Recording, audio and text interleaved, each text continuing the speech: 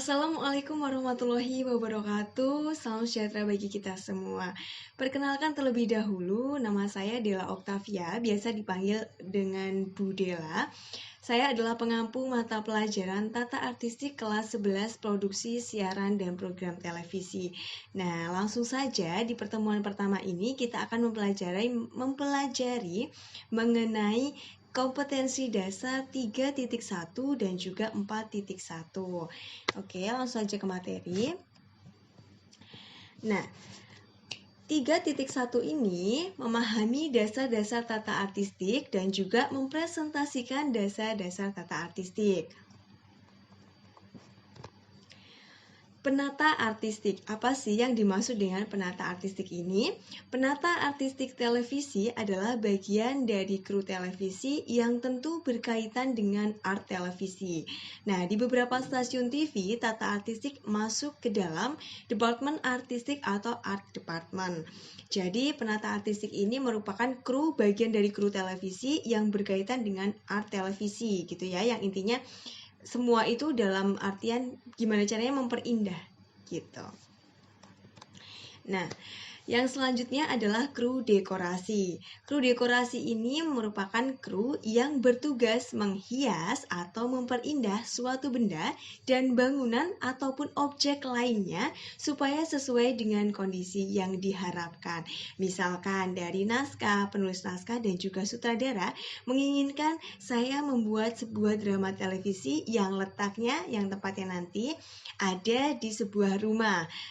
Misalkan contohnya naskahnya itu keluarga gitu ya, naskah-naskah keluarga. Nah, di situ harus ada taman, harus ada ruang TV, ruang keluarga, dan juga dapur. Nah, bagaimana caranya di sebuah studio televisi itu harus mencerminkan tempat-tempat yang diinginkan oleh naskah dan juga sutradara begitu.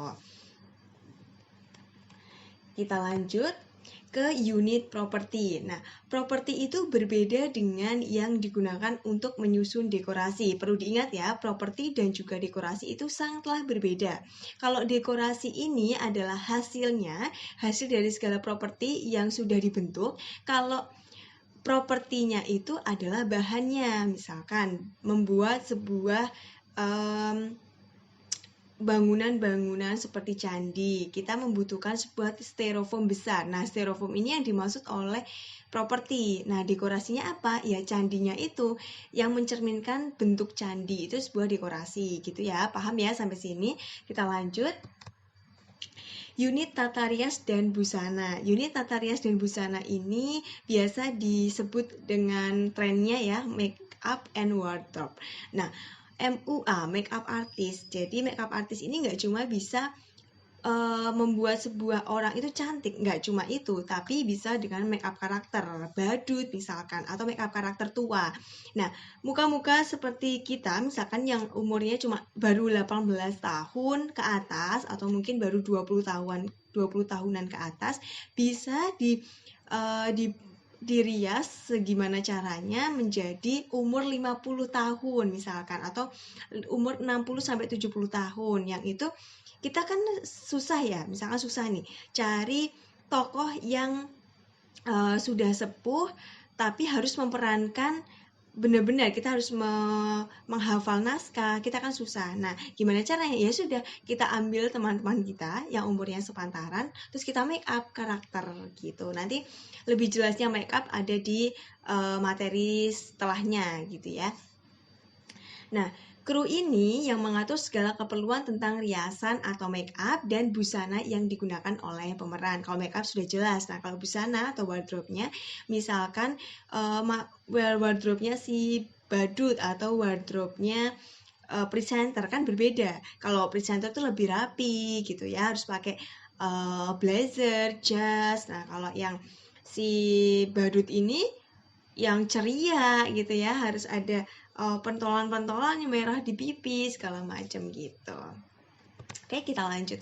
Nah, kesimpulannya di sini adalah tanggung jawab penata artistik adalah membuat sebuah layer terlihat seperti sebenarnya. Semua benda yang dilihat penonton saat menyaksikan sebuah film ataupun acara televisi. Jadi, biasanya gini, kalau kita lihat sebuah drama televisi ini di mana sih? Misalkan ada di rumah atau ada di kantor atau mungkin kita yang paling mudah adalah sinetron aja lah ya, sinetron Andin ini kan ada di kantor nih, berarti misalkan itu kita cuma punya tempatnya rumah biasa, ya gimana caranya si unit dekorasi art department ini mengubah sebuah rumah ini menjadi kantor, layaknya kantor gitu, atau mungkin layaknya rumah sakit kan, kalau itu tahu-tahu dibawa ke rumah sakit, nah ya udah kita nggak mungkin ke rumah sakit beneran ya kan, yang pasti jelas anggarannya juga melambung dan juga lebih ribet untuk masalah perizinan, yaitu kita menggunakan tempat yang sudah ada, kita dekor sedemikian rupa bagaimana cara menyerupai rumah sakit gitu. Sudah jelas ya untuk dasar tata artistik ini. Kita bertemu lagi di pertemuan selanjutnya. Sampai jumpa dan tetap sehat, tetap semangat. Wassalamualaikum warahmatullahi wabarakatuh.